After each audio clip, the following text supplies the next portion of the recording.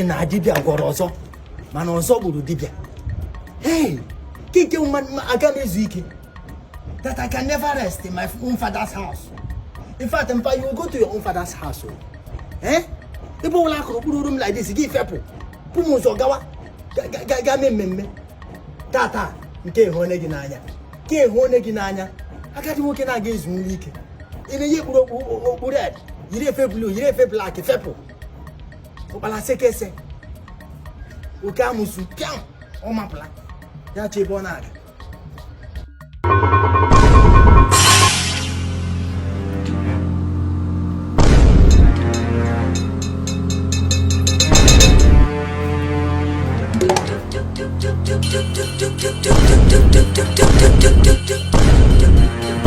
My God, oh, I'm got.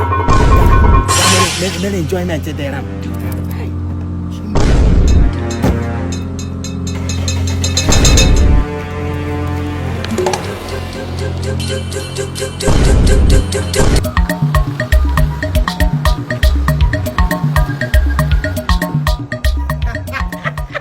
Hey, I'm feeling on my head.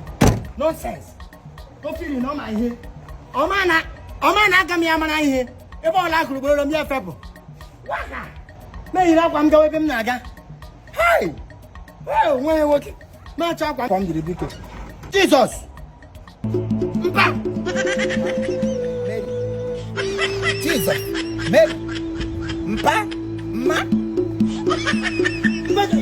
Go teach you by Gaba.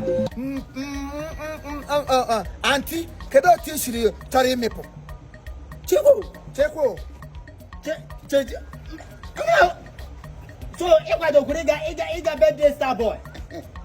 If I don't get birthday star boy. 70 years old man. Dibia gwara ọzọ buru dibia. Dibia gwara ọzọ buru dibia. Any invitation. Be gashite. Ngam karim. That you be my next of king. I wouldn't bank karim. Onye mege ihe mwa kobo. He is my pathological barrister. Go teach him matter barrister Henry Kayamwa. They don't tell me they should matter barrister Henry. Henry one them work star boy. Bobo Sisi, star boy himself.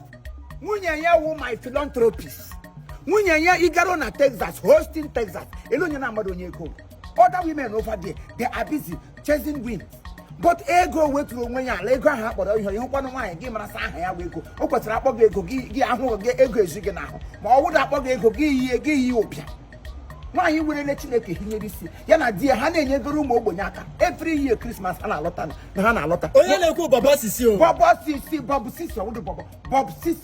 Sisi ka na-ekwu ya Chukwu na-enye aha mpe ya kwanu lahia evangelist Humphrey Maya kwanu Rose nne m Rose mereno nlele m Rose afọ mụrụ ọmụmụ a barrister anatomy barrister Henry Chukwu na-enye Nabubu ọ ya mara na baptism yes putagodin ka jire fem gị eche m chọrọ ịgazi ha akpọ obi iche na gị mara akwa ahụrụ mgbe ị nọ n'ụlọ na-atakwu nsa ngwa ka ị na-amị ka agwọ that you want to maple nsị gị no you can meander but you cannot maple ozugbo m take ya cover because nye nwe Imo dị clever mpa gọvanọ ebe ga moto asị na nwere ya na-egwu egwu gọvanọ nwanne m nwoke ihe obirigo moto sị gị were buutu ebu nna gị buutu eji ebu ibu gị iji buutu ebu nna gị amaala pụrụkwa igwe gị gọvanọ ọwụ Jude Nwosu zuru moto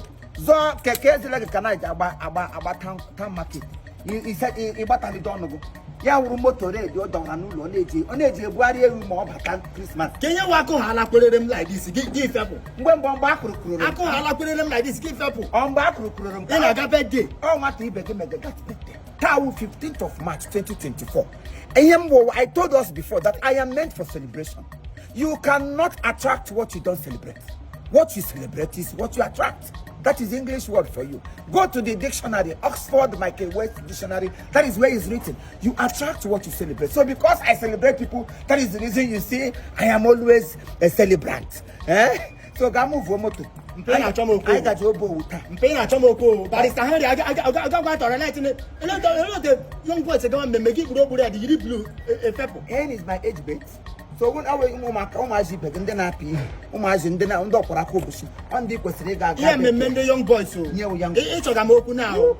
In a tomoku now. Happy birthday to you, Henry. Happy birthday to you.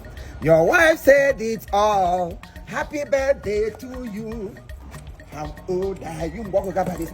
Oh, I must not let me. Could you day home for a minute noodle? Don't wear a school of barista. Oguchano na graduate, no Gavi, does a town, does area. Happy birthday to barista Henry. Star boy, my brother. Long life and prosperity. Oh man, we should be a long life. His wife has said it all. Always able to call. When you see the look of your family, I wonder how well the man is doing. So the wife and children are looking well. Barrister is doing well. And I told me. Come down, wish you a happy birthday and long life and prosperity. Tell him now. He wish you better want to give me a wish him, man. And Papa, I'm a Yapu Kamota here. Yapo. I'm a guy like to find him. Move this guy. No, a guy like to find him. Move it now. Why are you talking to me? Okay. A guy like to find. Oh, they are not here. Go to follow this side. She did a potato. She did a potato.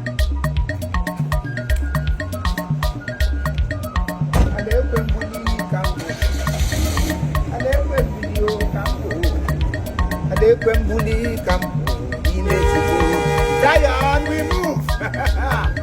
Zion, we move. Here I come. Anthony, Henry, I'm on my way to your birthday. Ladies and gentlemen.